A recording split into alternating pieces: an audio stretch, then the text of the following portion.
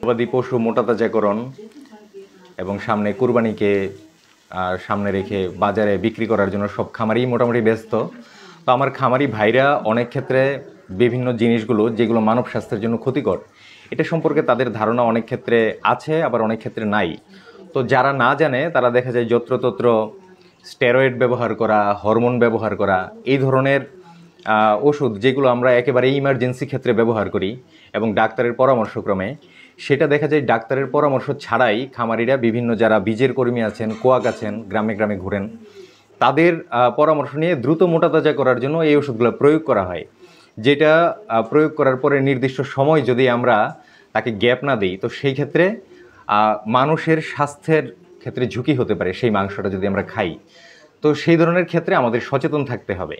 Steroid যদি আমরা বেশি পরিমাণে প্রয়োগ করি গরুতে, সেই গরুটা দেখা যায় কোরবানিতে বিক্রি না হলে পরবর্তীতে খামারিরা কিন্তু এই গরুটা নিয়ে বিপদে পড়ে যান। এবং এই স্টেরয়েড সেটার উইথড্রল পিরিয়ড যেটা আছে সেই সময় পার হওয়ার আগে এই মাংস যদি আমরা খাই আমাদের শরীরে প্রভাব পড়ে।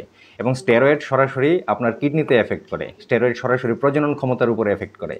এই জিনিসগুলো আমাদেরকে খেয়াল রাখতে হবে। অনিয়ন্ত্রিত হরমোন দেওয়া হয় অনেক সময়, যেটা মানুষের স্বাস্থ্যের ক্ষেত্রে আপনারা জানেন হরমোনের কী কী ভূমিকা আছে। সেগুলো সরাসরি আমাদের পুরুষত্ব, তারপরে মেয়েদের যে বন্ধাত্ব, এইগুলো করার ক্ষেত্রে বিরাট বড় একটা আশঙ্কা এটা এই মুহূর্তে। তো যারা বীজের কর্মী আছে ফিল্ড লেভেলে, যারা প্রাথমিক চিকিৎসা দানকারী আছে, তারা যেন প্রাথমিক চিকিৎসাটাই দেয়। এবং তারা যদি কোনো রোগ নির্ণয় না করতে পারে, আমার অনুরোধ থাকবে তারা যেন অতি সত্বর প্রাণী সম্পদ দপ্তর ও ভেটেরিনারি হাসপাতাল এইখানের যিনি অ্যাসাইন ডক্টর আছেন তাদের সাথে অন্ততপক্ষে যেন যোগাযোগটা করেন, যে আমরা বুঝতে পারতেছি না এই ক্ষেত্রে কী সমাধান হবে। ধন্যবাদ জানাচ্ছি। খামারি ভাইরা ভালো থাকবেন, সুস্থ থাকবেন। প্রাণী সম্পদের ফিল্ড কর্মী যারা আছেন তারা ফিল্ডে প্রাণী সম্পদের সেবার জন্য বদ্ধপরিকর।